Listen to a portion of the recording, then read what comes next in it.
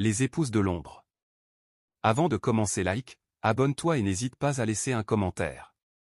Dans le village de Kofila, perdu au cœur d'une savane entourée de forêts denses, vivait un homme mystérieux nommé Dabou. Il n'était ni chef, ni chasseur, ni devin, mais sa présence troublait les cœurs. Toujours vêtu de pagne noire, il marchait seul la nuit, parlant à voix basse comme s'il conversait avec des êtres invisibles. Certains disaient que Dabou avait été choisi par les Mbélé, les esprits féminins des eaux, jalouses et capricieuses. On racontait qu'enfant, il avait disparu 3 jours entiers au bord de la rivière. Lorsqu'on le retrouva, il murmurait des chants étranges et fixait l'eau comme s'il y voyait des visages. Depuis, sa vie ne fut jamais normale.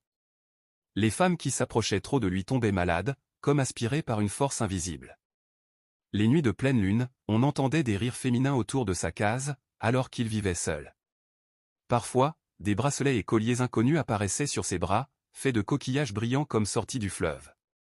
Les anciens comprirent que Dabou n'était pas seul, il avait des épouses invisibles, des femmes esprits jalouses, liées à lui par un pacte qu'il ne pouvait rompre. Un jour, un drame secoua le village. Awa, la fille d'un forgeron, tomba amoureuse de Dabou malgré les mises en garde. Contre toute attente, il l'accepta dans sa case. Mais à la première nuit, Awa disparut. On retrouva son pagne flottant sur la rivière, et Dabou, les yeux vides, répétait. Elles l'ont prise. Elles ne veulent pas partager. La peur s'empara du village. Les anciens décidèrent de purifier Dabou par un rituel. On l'attacha sous l'arbre sacré, et le devin invoqua les ancêtres. Mais au moment du sacrifice, une tempête se leva, des voix de femmes hurlèrent dans le vent, et des silhouettes blanches dansèrent autour de l'arbre. Le devin tomba raide mort, la bouche emplie de sable.